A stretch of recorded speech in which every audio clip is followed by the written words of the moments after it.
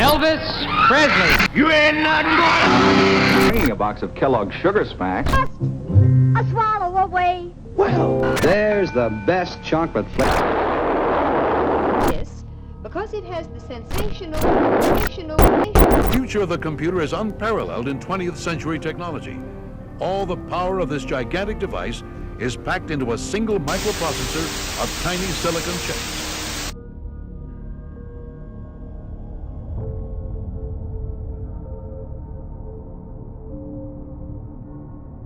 Nueva York, 1955. Época en la que la ciudad se encontraba viviendo cambios vertiginosos gracias a una prosperidad posguerra. Enormes torres de cristal y acero comenzaban a elevarse por los cielos de la Gran Manzana. Chuck Berry, Frank Sinatra, Dean Martin y Elvis Presley sonaban todo el día en la radio.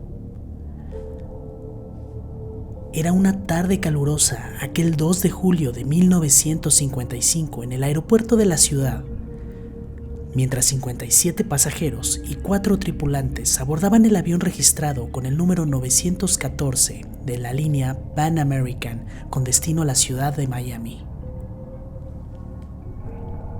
El despegue fue de lo más normal. El cielo estaba despejado y no había ningún problema en las comunicaciones con la torre de control. Aparte, debería ser un viaje corto del que se esperaba que duraría a lo mucho 4 horas.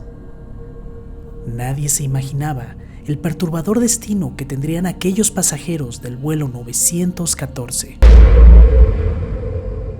Habían pasado apenas 2 horas desde el despegue cuando la torre de control comenzó a recibir sonidos provenientes del 914. Pero lo que escucharon aquel día, los operadores aún no pueden darle una explicación. La señal no era clara en lo absoluto. Había un constante sonido de interferencia y como a lo lejos se escuchaban gritos del piloto y del copiloto.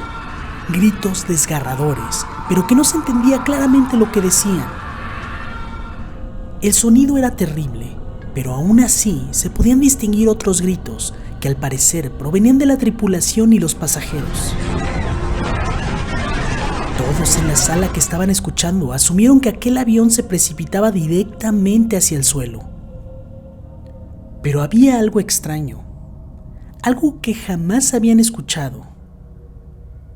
En la misma transmisión, al mismo tiempo mientras escuchaban aquellos gritos desgarradores, la señal se intercortaba solo para escuchar unas voces que eran las mismas del piloto y el copiloto, pero esta vez hablando de manera tranquila y calmada. Como si hubiesen dejado encendido el micrófono y se escucharan las órdenes y chequeos de rutina de los niveles del avión y de la ruta. Era un cambio constante entre gritos desesperados y una conversación normal. Todo aquello no tenía ningún sentido. El silencio había invadido la sala de control mientras escuchaban aquel perturbador mensaje. Uno de los operadores alertó de inmediato al aeropuerto más cercano para que se mantuvieran preparados por si tenían un aterrizaje de emergencia. Otro se encontraba triangulando la señal para deducir de manera exacta su posición por cualquier percance, mientras otro alertaba a las autoridades. Todo esto mientras tenían de fondo aquellos gritos desesperados que cada pocos segundos eran interrumpidos por una conversación tranquila y normal. Y de repente, el silencio. No se escuchaba nada. Desde luego, el pensamiento más lógico que cruzaba por la cabeza de todos era que aquel vuelo finalmente se había estrellado. Se determinó la ubicación del avión y decenas de equipos de rescate partieron hacia las posibles zonas del percance.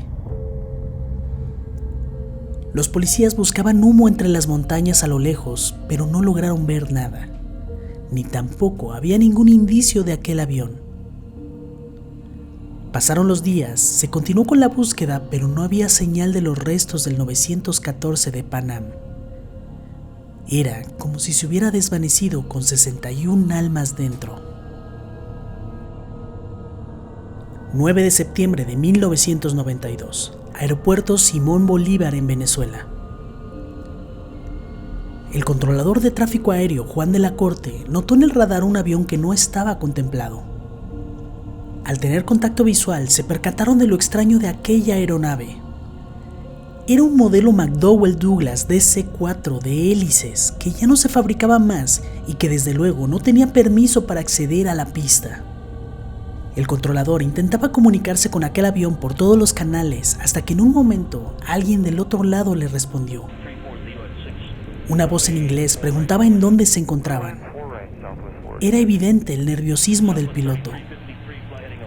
Juan les hizo saber que se encontraban en el aeropuerto de Caracas.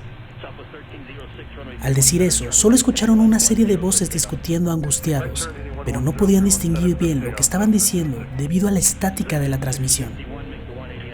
El piloto explicó que se trataba del vuelo 914 de Pan American y que tenían programado aterrizar a las 9:45 de la mañana en el Aeropuerto Internacional de Miami y que no tenían idea de cómo habían llegado ahí. Esta situación era completamente nueva para Juan. En sus 15 años como controlador aéreo jamás había vivido una situación tan extraña. Y él no sabía que a partir de ahí se tornaría todo aún más raro y perturbador. Les indicó la pista en la que podían aterrizar, por lo que el avión comenzó las maniobras de descenso. El tren de aterrizaje se hacía visible mientras lentamente el avión reducía su altitud. La bocina del intercomunicador sonó. La voz del piloto parecía aún más desesperada. Le preguntaba a Juan por qué los aviones de su alrededor lucían de esa manera, por qué aquellos coches que se acercaban eran tan extraños. Su voz se mezclaba con la del copiloto, quien también parecía preguntar muchas cosas. Juan de la Corte afirma que hasta la fecha no sabe por qué o qué lo impulsó a hacer la siguiente pregunta. Señores, ¿saben que estamos en 1992? Después de aquello vino el silencio. Tanto el piloto como el copiloto dejaron de hablar.